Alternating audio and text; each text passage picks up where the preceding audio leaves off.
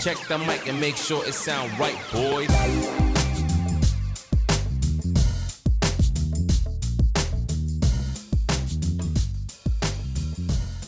Hi everyone, welcome back to another episode of Still We Persist. Thanks for tuning in. I'm one of your co-hosts, Mia, and I use she, her pronouns. And I'm Shaina, your other co-host. I also use she, her pronouns. Mia will introduce the episode for you all. Yeah, so today, along with our series on a prism of feminist lenses, we'll be looking into a queer feminist lens today in the hopes of learning a bit more about that intersectionality and highlighting that approach and perspective, along with some special guests today who will introduce shortly after the land acknowledgement, but we'll go ahead and get into that. So Oregon State University, where I'm currently at right now, is in Corvallis, Oregon, and is located within the traditional homelands of the Marys River or Ampnefu Band of Kalapuya.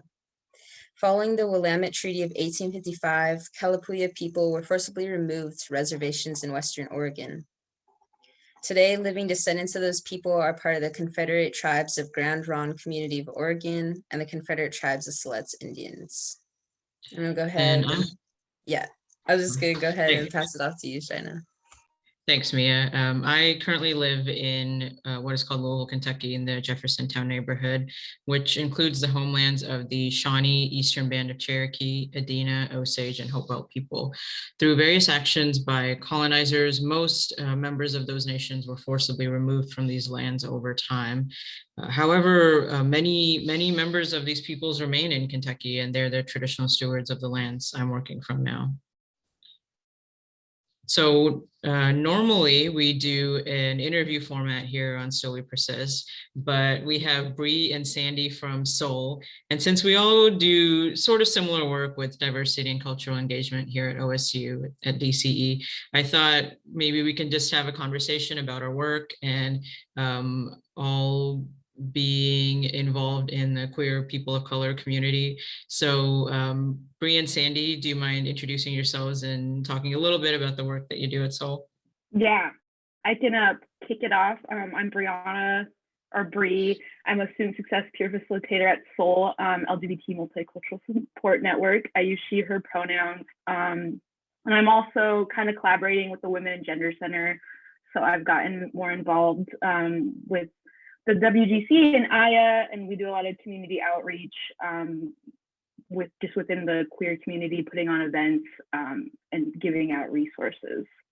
Hello, and to add on to that, my name is Sandy. I use she, her, hers pronouns, and I'm also a student success peer facilitator for Seoul LGBTQ Multicultural Support Network.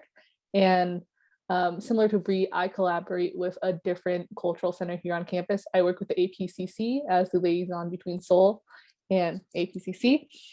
And yeah, just to touch on to what Bree said, we basically put on events and share resources in order to encourage a sense of community for folks of color that identify with queer spaces. You muted, Shaina. Yeah, okay. Sorry, I've been having problems with my mic and webcam, so hopefully we can edit this stuff out. So Sandy, I'm glad you brought up the idea of the queer community. That's something I wanted to ask all of you about is what constitutes a queer community, and how have you, as you know, we're all people of color, how have you found a queer community in a country where at least growing up, most of the queer culture I saw was specifically like white queer culture. So for you all, like, what is queer community and where do you find it? So like Bree, I know you have like maybe an unusual experience, but Sandy, sorry, since you unmuted, you can go ahead. It's okay. I was gonna say I can start us off. I think that what you said is true. When I think of queer space and culture, I genuinely think of the media representation that I grew up with, which is mostly white, if not all white, right? And it wasn't until I think attending Oregon State, which ironically is a white space, right?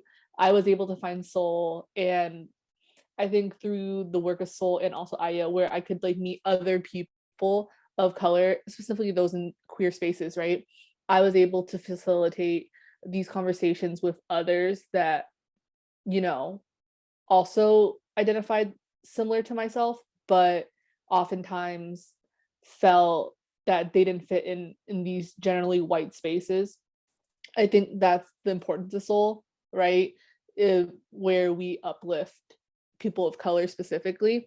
But yeah, I would have to like really thank the spaces that Soul has created, because otherwise I think that up until now, it's really difficult to be able to say definitively that I was able to have that space up until now. Yeah, I'd like to like, I have a very similar experience, Sandy.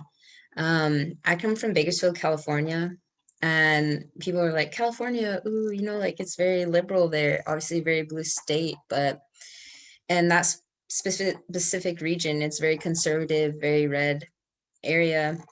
And I was kind of just reflecting on this, but I didn't know what a queer person was. Like it was just not in, I just didn't know about that until probably like very close to when became legal to have like gay marriage. And like I just didn't know before then like what that was. And in my family, I noticed even like when that was happening, like around 2015, like my parents were very like hush hush about it. So I was like, what is this strange? But I didn't know that like queer part of my identity yet. So like I just, you know, my family quieted any conversation around queerness, and then I just didn't really see it in my community. But it's really coming to OSU, which yeah, it's funny, it's like predominantly white institution. But here it was through really the Damn Diverse Dance Group, which was an all women of color, like creative dancing space. And there was like a lot of queer folks in that community. And that's when I was starting to realize like more coming into my identity and being around people who were like that, and just like being able to share stories and experience. Yeah.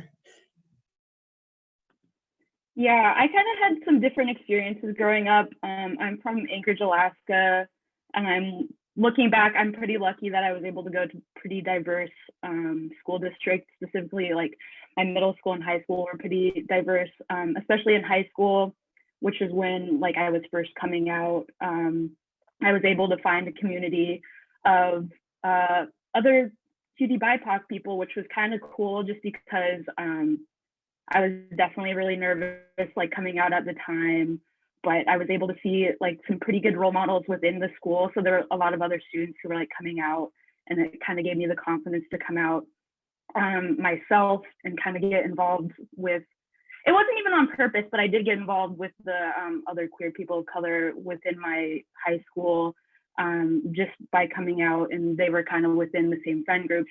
But it's interesting because my queer community in Anchorage is kind of different than my queer community in Oregon, because within my queer community in Anchorage, like we were all pretty, like we're friends and everything, but we didn't actively talk about like our identities and like issues regarding like queer issues.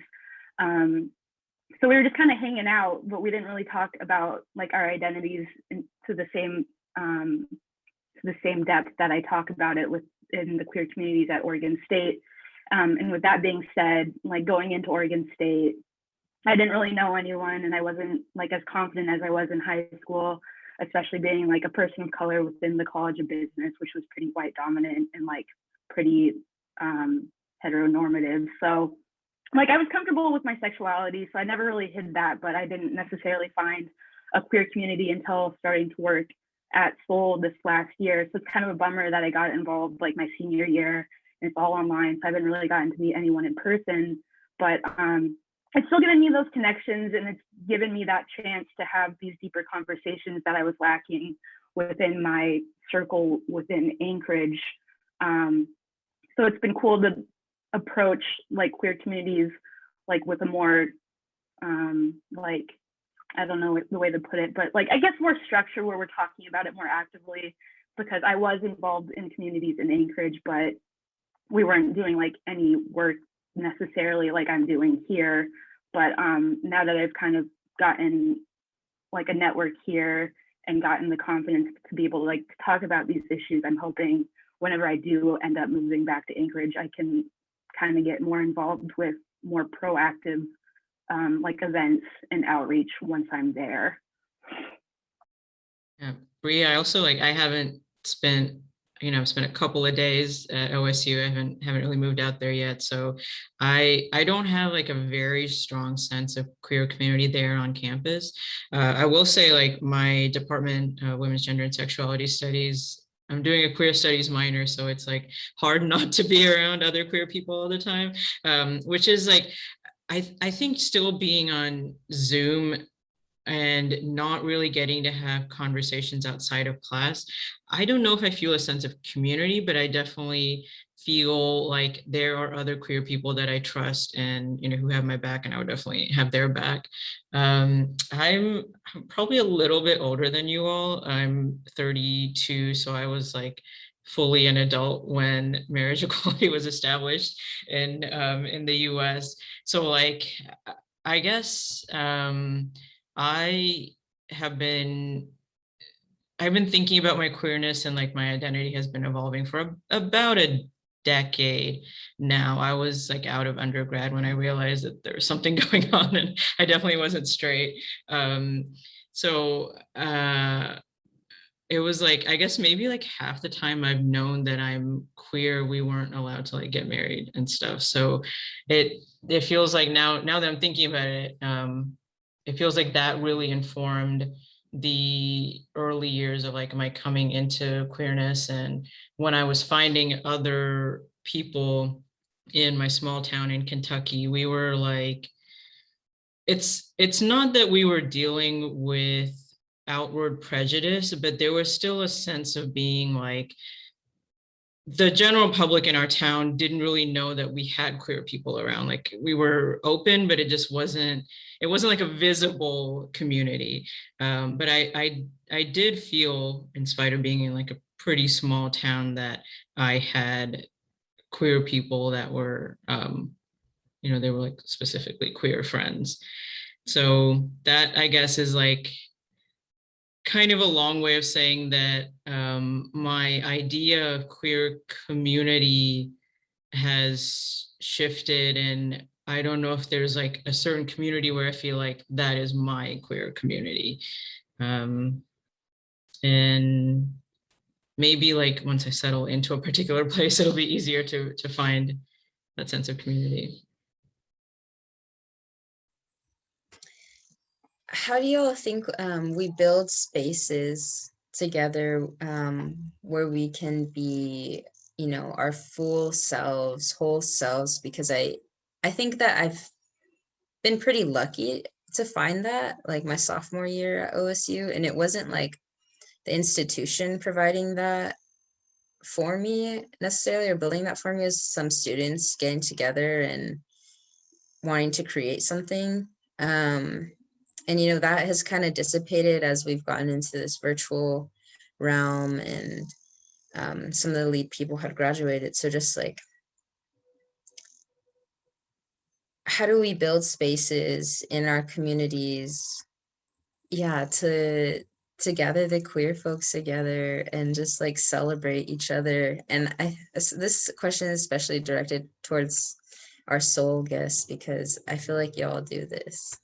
I feel like there's a couple different ways, like kind of what I was touching on saying before, like in high school, it wasn't necessarily on purpose that we were all like queer and people of color. We just kind of all, like, it all ended up that we happened to be like within the same friend group, and like being kind of close together. So I think it can like happen naturally where like you just find people of similar identities and you kind of just start to hang out with each other because you do have those similarities with identity and like queerness, and then just like personalities mixing. So that's been an aspect I've seen just within spaces in Anchorage, but within Oregon State, creating communities from my perspective, at least it's has been a little bit more difficult.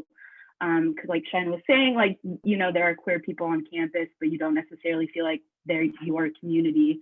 Like, you identify with them, but like you don't see them as often enough to like build the community. So when getting involved with Soul, like I kind of noticed it's a lot of outreach and networking and really hoping that like your message resonates with people enough for them to want to get involved, which is, it can be stressful just at times, just because you're trying to accommodate to like what you think the guests will like, but also like what you can do yourself and what an organization can do. But yeah, it's just a lot of trial and error and just being authentic, because I feel as if that's probably what attracts people the most, like, because like when you're being yourself and like putting on events that are like are important to you, like for the most part they'll be important to other people that share like similar identities. It's kind of what like I've seen while working at Soul. But it's been hard with Zoom, just attracting like bigger audience and doing that outreach. But yeah, so lots of persistence and trying to communicate and being flexible is what I think's worked from my time at Soul. Right, and to add on to what Bree said about these are different events, I think what she said about if you're throwing these events and it's important to you, the organizer, then that translates, right? And another thing that she mentioned was that we've been having issues with getting like guests involved and coming to these events, right? Oftentimes the turnout is very small. And while that's unfortunate, I think that regardless of the number of the people that show up, even if it's just one guest, we've built a space and threw an event for one person. And I think that that in itself is successful, right? Yes, numbers are like great and all, and it feels good, right? Oh, wow, so many people came. But if you touch one person, like you don't know what happens after the fact, right? And I oftentimes like being in a position of leadership, right? You often think about things logistically, like, oh, how do we plan this event? All these details, who's going to be there, right? You often forget that at one point you were the guest. And I think that that's what is a thing that we really emphasize and like celebrate in Soul, is just, you know, doing things that are important and just throwing these events and programs regardless if the turnout is small. You know, to like circle back to the question initially is like, how do you create these spaces, right, of community? It is similar to what Bree said, a lot of trial and error. You don't really know what's going to happen until you get there, honestly. And we just have to try. And then if we fail, and you define failure in your own terms, right? You just adjust and move forward. And I think that's what we've been doing a lot of. And I think every now and then we'll see some new faces, and that's always exciting. So just building on what you started off with. I'll answer the question too, but there's remodeling happening like 10 feet away, like on the other side of the wall. So if y'all can hear a lot of noise, please let me know and I'll just mute and like we can move on to somebody else. So I guess I was thinking, I don't directly work in an organization like Soul, but when I was teaching at the University of Louisville, my classrooms like accidentally became queer spaces. And that was just because like I was always talking about being bisexual. Like I could not stop talking about it. And I kind of thought like my students would get annoyed because like whatever issue we were talking about, I would also like talk about queer and trans people. But actually, I won't say like which students or which classes I was teaching or anything, but I had a lot of students tell me that they were, bi or lesbian, or they were questioning their gender identity and they had never told anybody else before. And I would think like, I don't know what I'm doing. I'm not even trained to teach, right? Much less, be like a confidant for students who like didn't have anybody else to talk to. And it was only because I was like an openly queer woman of color. Like a lot of students told me they didn't know any other openly queer women of color. So it just became like an opening for some conversations. And I really have to thank one of my professors. Dr. Kyla Story was my thesis director. And she is also the only professor I had who would also talk about her experiences as a queer Black woman.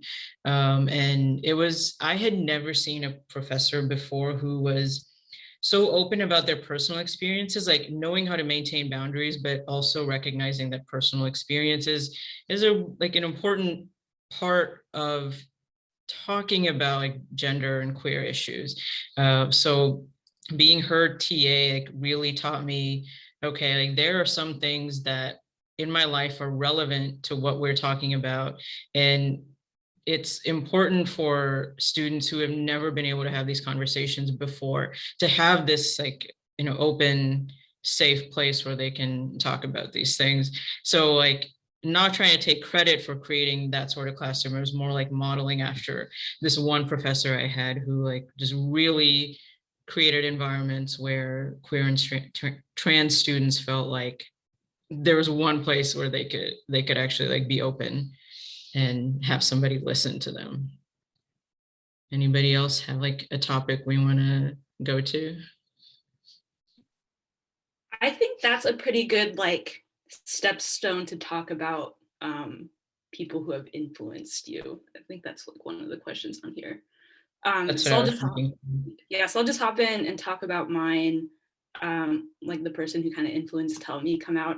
So my friends in Anchorage, if I show them this, they're probably gonna roast me for shouting this girl out. But in middle school, there was this girl. She came out in middle school, which I thought was super cool, just because like we were so young, and it was just really cool to see that, especially because like in elementary school is kind of like 6th grade is kind of when I started realizing I was like, okay, like I like girls. I don't like, I was starting to realize my sexuality. So it's cool to go into middle school where there was one girl who had like come out and she got a girlfriend in middle school. And that was like pretty cool to see. Also, I was seeing like real life representation, like people my age, and there were people of color dating, 2 girls dating in middle school. So I was seeing that, and that was pretty cool. I didn't come out till later in high school, but like knowing that she had come out and that like at such a young age was pretty cool, because I did seek out like advice from her when I was like first like questioning my sexuality, and I ended up like coming out to her, and then we ended up dating, which was a pretty big deal because that was kind of my segue to coming out, because I didn't want to keep the relationship a secret, because she's like had that in the past where girls didn't want to like tell people that they were gay and that they were in a gay relationship. So that was a pretty big thing for me, just like getting into a relationship in high school and like wanting to own that relationship and be proud of it, especially with like another person of color. So it was interesting dynamic just because we were from 2 different cultures, and we kind of have different like backgrounds with our families and how they perceive sexuality. But yeah, definitely she influenced me like at a pretty young age, just seeing that in person representation at such a young age, especially in middle school when I was like first starting to question my sexuality, or like not questioning my sexuality, but like coming to terms with my sexuality, and then going into high school and like seeking advice from her. And then like once I kind of got into the relationship with her, because a lot of her friends were queer people of color, is kind of how I found like the queer people of color community in Anchorage. So I have a lot of credit to her, even though like we're not dating now, but it was like a pretty important relationship that I think I'll probably look back like at the rest of my life, because I don't think I would have come out as early as I did if I didn't start like if I wasn't dating her within high school, I wouldn't have had that confidence or like the role model I had.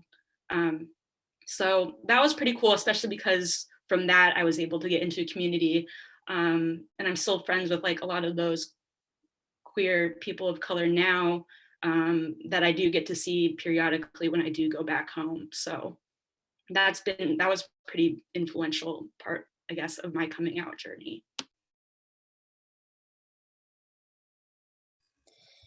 Yeah, and I'll say for me, Bree, it's kind of similar. It definitely didn't happen as early for me as it did for you, but just what really helped me to own my queerness and be like, just like breathe into that, be into that, and, you know, allowed me to able to come out and like not feel like pressured about it or weird about it, was really seeing, like, I say there's this group of like at least two people that I'm really thinking of who are just like queer, and they're loud about it and they're proud about it, and they weren't like pushing anything, but they were just being themselves, like fully themselves around me. And that was really helpful for me to like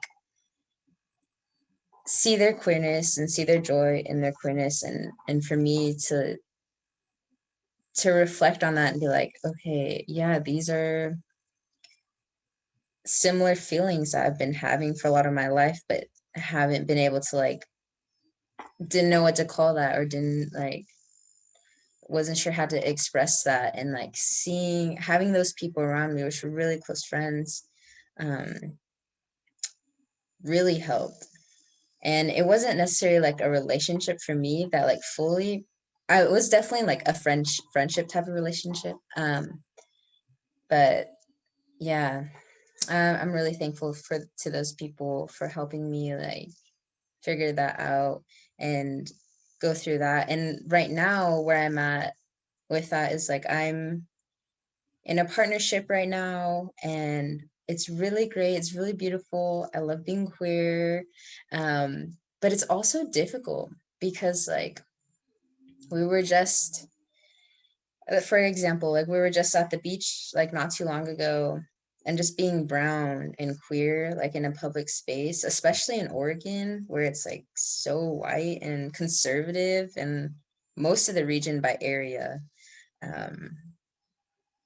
like you get a lot of stares, and even like people passing by and saying ew, and it's like, excuse you, like what?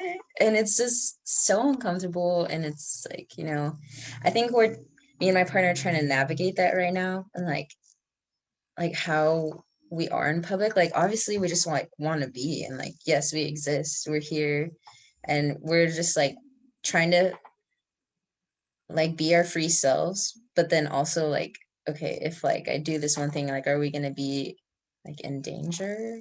But like, and like, I don't know, just trying to find that balance. And I think that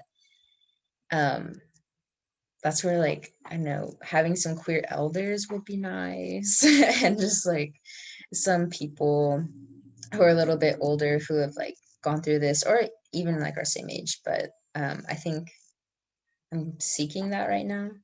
So definitely like very thankful for the people early on who brought me into my queerness, but like now that I'm fully embodying that, and then there's some like difficulties or like the joy I feel with that too, but just like having maybe an elder. That's what I picture, just like kind of that they like had more experience and stuff, someone like that to talk to about these things. And I guess that's where like the queer community comes into, and just like being more involved in that. Sandy, do you want to go next, or should I? I can go next, but I think to change the tone a little bit, my person, right, is a musician, and I can like go on to like how this is impactful. So for me, I think a way of expression has always been music. I like to pride myself of like listening to all types of music, right? Because I think music, like food, is a really integral part of culture. And I just like to, you can really know a lot of about a person by what they listen to. And so music has always been like something there, right? Just like playlist upon playlist, depending on what mood or what I'm doing, whatever. And a musician, an artist, her name is Breanna Sawayama, and she's a queer artist that's based in London, and she's Japanese. And I think that her identity coincides with mine, and just being able to connect with her and others that listen to her music is really powerful, just because she's so unapologetically queer. and makes good music too, right? I think even if she didn't make good music, whatever, but like regardless, right? Just being able to feel connected in a different way, despite never meeting this person, right? You can just feel a sense of that person, and being able to just know that someone's there, right? Especially in a topic that's so important to me in music, it was just really nice to be able to see myself in someone else, and then see the joy that they bring to others, and then connect that back to myself. So yeah, that would be the person that like really, you know, helped me feel comfortable with who I am.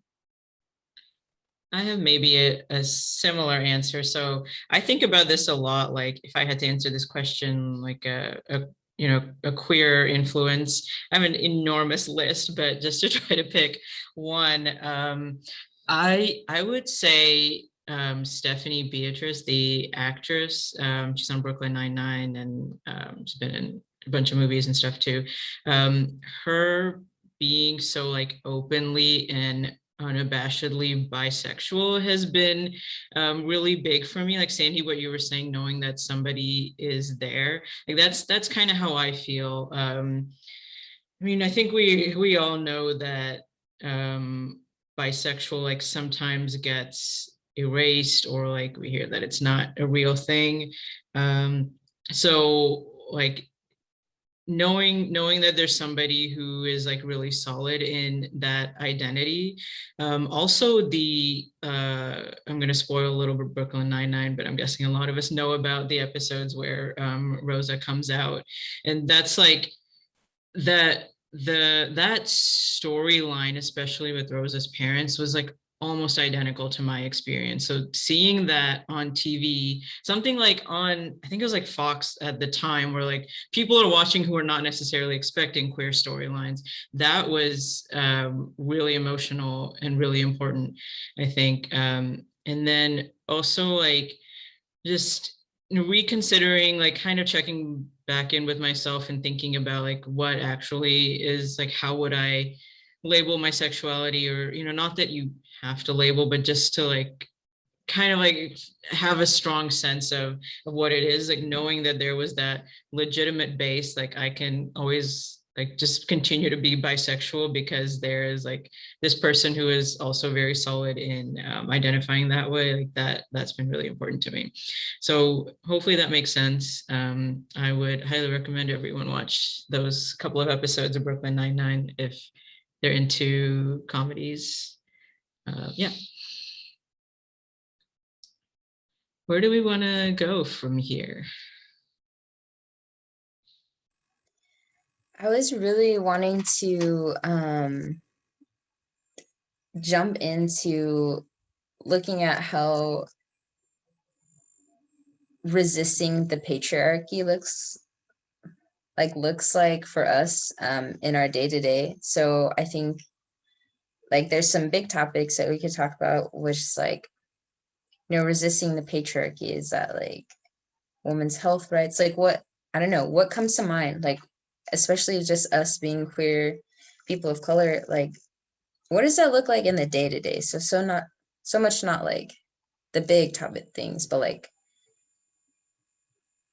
every day, what does that look like for us? And then also how, going from that day to day, what we think like we're doing as ourselves in resisting the patriarchy, how does that turn into then possibly like a queer feminist practice that, like we're intentionally doing, like moving on from that to bringing more intentionality to it, and something that like our communities can practice as well.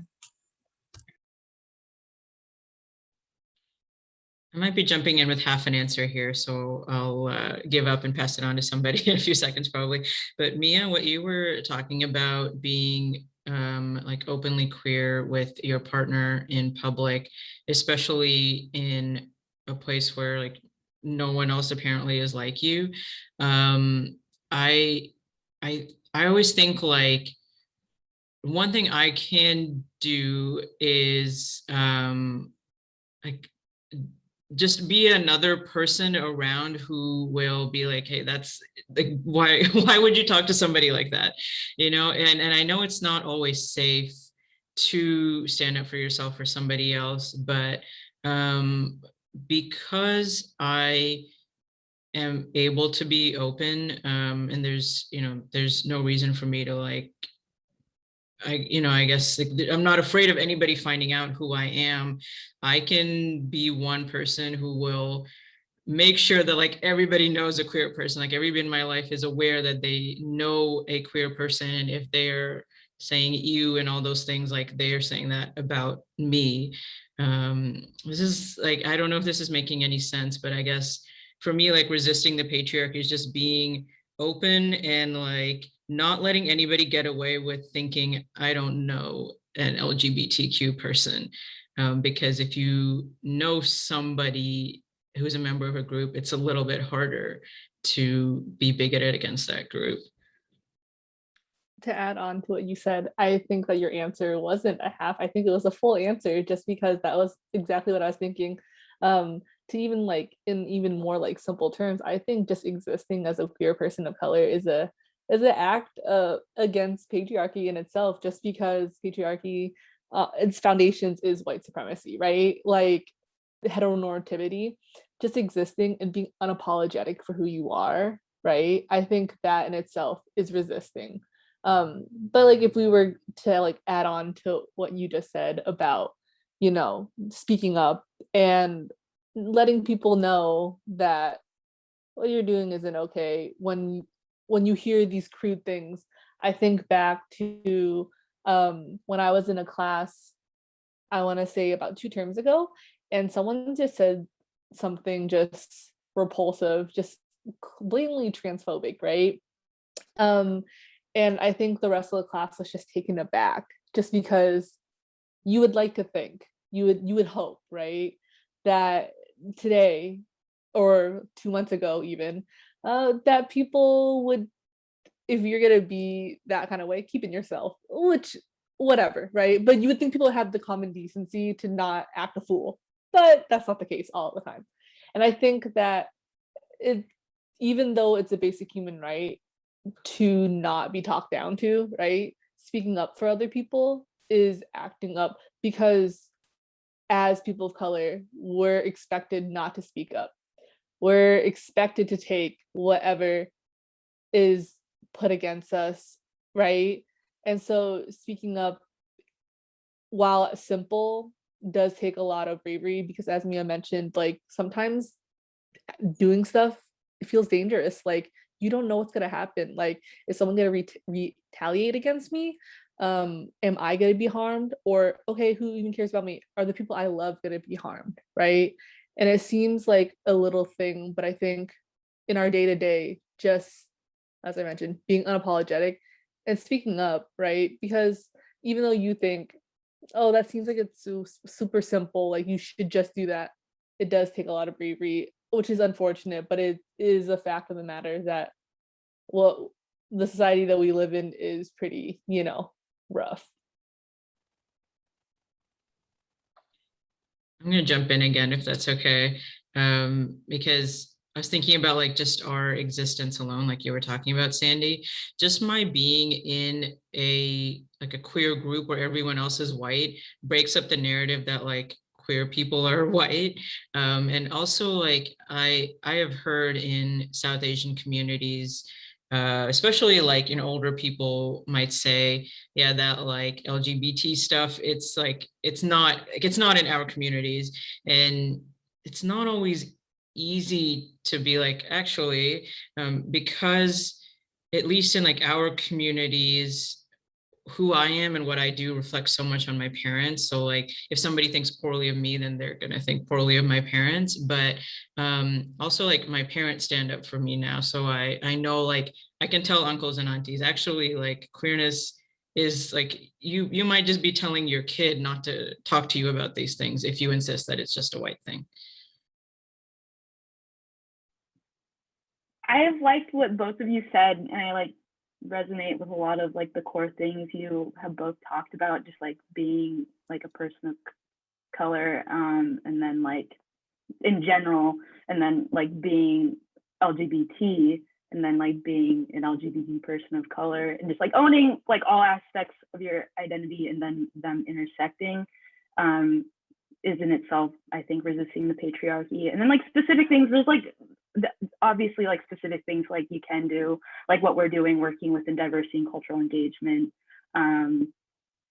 So I think, yeah, so it depends on, I guess, how active you want to be with doing stuff to dismantle the patriarchy, because I think what like Sandy and Shaina were saying, like just being who you are in these white dominated spaces, and then like people can go the extra step and then like getting involved with organizations such as DCE, or just like even on their own, just to do like community outreach and like resource sharing and just making sure voices are heard, because oftentimes they're not. So mine's a little bit shorter, but that's my little spiel. Yeah, I also love what everyone has said. Just like existing and just being yourself is directly like contribute to dismantling the patriarchy. And I think I'll just add on to that is that like also being mindful of what like materials or information or like just like what you're consuming. You know, like the kind of music, like, is it degrading towards women? Is it degrading towards queer folks? Like, I don't know. I know sometimes the beat's really great and stuff, but like also making sure we're not perpetuating those ideas mindlessly, especially if the beat's really good and you want to sing along, it can be harmful. And then just like thinking about like, I know that I've been reading some books lately. I just started This Body's Not an Apology by Sonia Renee Taylor. And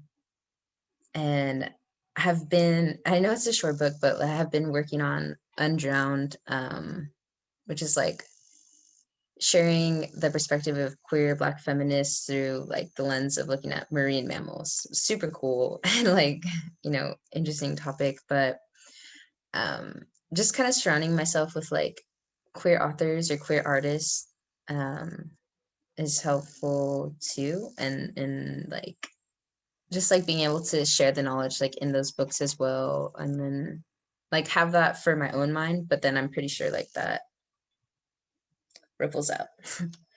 And then I'll also say I have to leave right now, and I'm sure that this part can be edited out, but I do have to go watch some kids. It was really great talking with y'all, and I appreciate what you guys had to share. But yeah, thanks for listening too. Bye. Hi, Mia. Breanna and Sandy, thank you so much for joining Still We Persist today. And I hope this was a good conversation for you all and for the Soul community. And are there any final things you would like to share with the IDA viewers? Yeah, thanks for having us. Follow Soul. Yeah, just I'm not sure all our handles right now, but definitely try and get involved with us if you're looking for a community, if you're a queer person of color. I regret not getting involved sooner, and it doesn't have to be like super intensive. It's just good to be in community, because there's sometimes you need to be in community. So look us up if you want to. I'll maybe think of the handles at some point, but I can't think of them off the top of my head. Yeah, to add on to what Bree said, thank you for having us. It was really good conversation. And I agree. Please do follow us on our handles to learn more about events and stuff like that, just because I think this conversation we had today can always continue onwards in so many different aspects too. But I think the conversation we had was really great regardless. Yeah, thank you so much, Bree and Sandy. And so we'll definitely put social media information in the episode description. Thanks to KBVR for producing our episodes, and we'll see you all next week. Bye.